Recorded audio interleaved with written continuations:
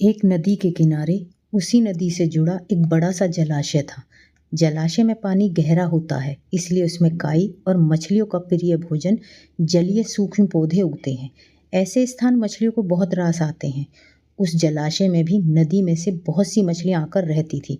अंडे देने के लिए तो सभी मछलियां उसी जलाशय में आती थी। वह जलाशय लंबी घास व झाड़ियों के द्वारा घिरा होने के कारण आसानी से नजर नहीं आता था। उसी जलाशय में 3 मछलियों का झुंड रहता था, जिनके नाम थे अन्ना, प्रत्यु, यत्ति। इन तीनों के स्वभाव बिल्कुल एक दूसरे से भिन्न थे। अन्ना संकट आने के लक्षण मिलते ही संकट टालने का उपाय करने में विश्वास रखती थी। प्रत्यु कहती थी संकट आने पर ही उससे बचने का यत्न करो। यत्ति का सोचना था कि संकट को टालने या उससे बचने की बात करना बेकार है। करने कराने से कुछ नहीं होता, जो किस्मत में लिखा है वह होकर रहेगा। एक दिन शाम को कुछ मछुआरे नदी में से मछलियां पकड़कर घर जा रहे थे। उनके चेहरे उदास थे, क्योंकि बहुत कम मछलियां उनके जालों में फंसी थी। तभी उन्हें झाड़ियों के ऊपर मछलीखोर पक्षियों का झुंड जाता दिखाई दिया। उन सब की चोंच में मछलियां दबी थी। वे चौंके। दोस्तों, लगता है झाड़ियों के पीछे नदी से जुड़ा बड़ा जलाशय है, जहाँ इतनी सारी मछलियां पल रही हैं। तभी मछुआरे झाड़ियों में से होकर जलाशय के तट पर आ निकले और ललचाई नजर से मछलियों को देखने लगे। एक मछुआरा बोला, इस जलाशय में तो मछलियां भरी पड़ी हैं। आज तक हमें इसका पता ही नहीं लगा। यहाँ हमें ढेर सारी मछलियां मिलेंगी, दूसरा बोला। तीसरे ने कहा, आज तो शाम होने वाली है, कल सुबह ही आकर यहाँ जाल डालेंगे। इस प्रकार मछुआरे दूसरे दिन का कार्यक्रम तय करके वहाँ से चले गए। लेकिन तीनों मछलियों ने मछुआरे की बात सुन ली थी। अन्ना मछली ने कहा, साथियों, तुमने मछुआरों की बात सुन ली। अब हमारा यहाँ रहना खतरे से खाली नहीं है। खतरे की सूचना हमें मिल गई है। समय रहते अपनी जान बचाने का उपाय हमें करना चाहिए।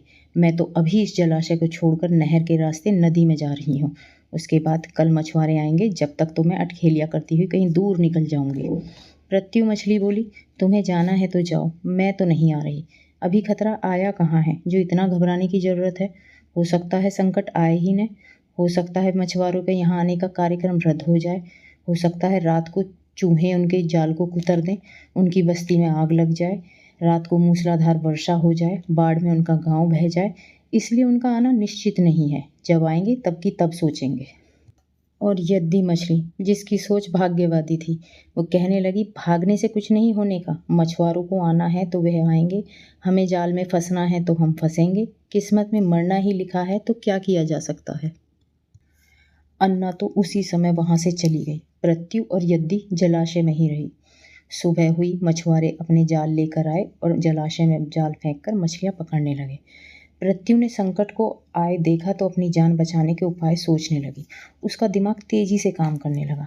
उसे अपने आसपास कोई छिपने की जगह नहीं नजर आ रही थी।